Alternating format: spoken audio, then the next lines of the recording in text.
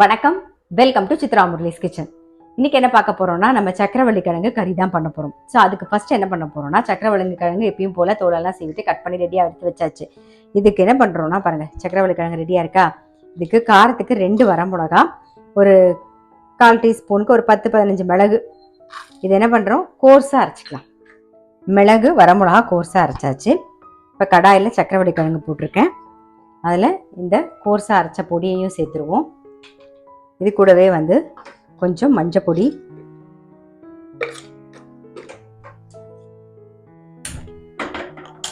தண்ணி கொஞ்சம் சேர்த்துக்கலாம்.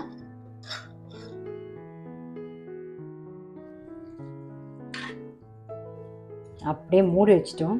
இது வேகட்டும், சக்கரவள்ளி கிழங்கு வேகட்டும்.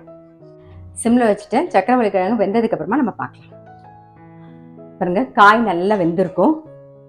தண்ணிக்கும் அதுக்கும் சரிசமமாக நல்லா வெந்துடுது பாருங்க. சக்கரவள்ளி கிழங்கு சீக்கிரமாக வெந்துடும். இப்போ நான் என்ன பண்ணியிருக்கேன்னா, இந்த பக்கம் கடாயில் எண்ணெய் விட்டுருக்கேன். தாளிக்கிறதுக்கு கடுகு, உளுத்தம்பருப்பு, கடலைப்பருப்பு, கொஞ்சம் சீரகம் எடுத்து வச்சிருக்கேன். இப்போ தாளிச்சிடலாம். நம்ம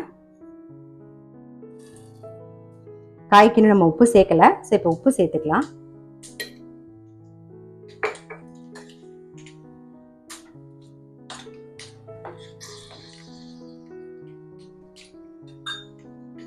கொஞ்சம் கருவேப்பிலை சேர்த்துக்கலாம்.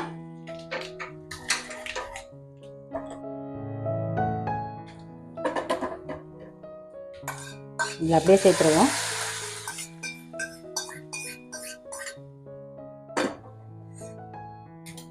நல்லா மிக்ஸ் பண்ணிட்டு இதுலேயே என்ன பண்ண போறோம்னா, தேங்காய்,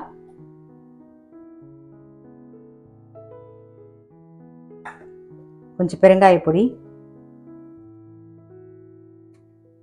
கொஞ்சம் கொத்தமல்லி, அவ்வளோதான். இது எல்லாத்தையும் நல்லா மிக்ஸ் பண்ணுவோம்.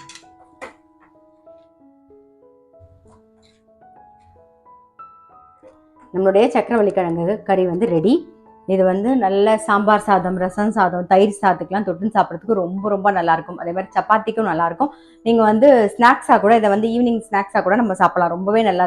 சக்கரவள்ளி கிழங்கு உடம்புக்கு நல்லதுன்னு தெரியும். நம்ம வேக வச்சு அப்படியே சாப்பிட்றதும் நல்லது. ஸோ இது மாதிரி பண்ணியும் நீங்கள் கொடுக்கலாம் பசங்களுக்கு. ரொம்ப டேஸ்ட்டாக இருக்கும், கண்டிப்பாக சாப்பிடுவாங்க. இதையே நீங்கள் நல்லா மசிச்சுட்டு நீங்கள் சப்பாத்தி பண்ணுறோம் இல்லையா, அதில் ஸ்டஃப் பண்ணி இட்டு கூட பண்ணலாம். அது இன்னொரு நாளைக்கு நான் உங்களுக்கு பண்ணி காமிக்கிறேன். ஸோ சக்கரவள்ளி கிழங்கு கறி இந்த மாதிரி ட்ரை பண்ணி பார்க்கல அப்படின்னா கண்டிப்பாக ட்ரை பண்ணி பாருங்க. நான் அடுத்த வீடியோவில் சந்திக்கிறேன்.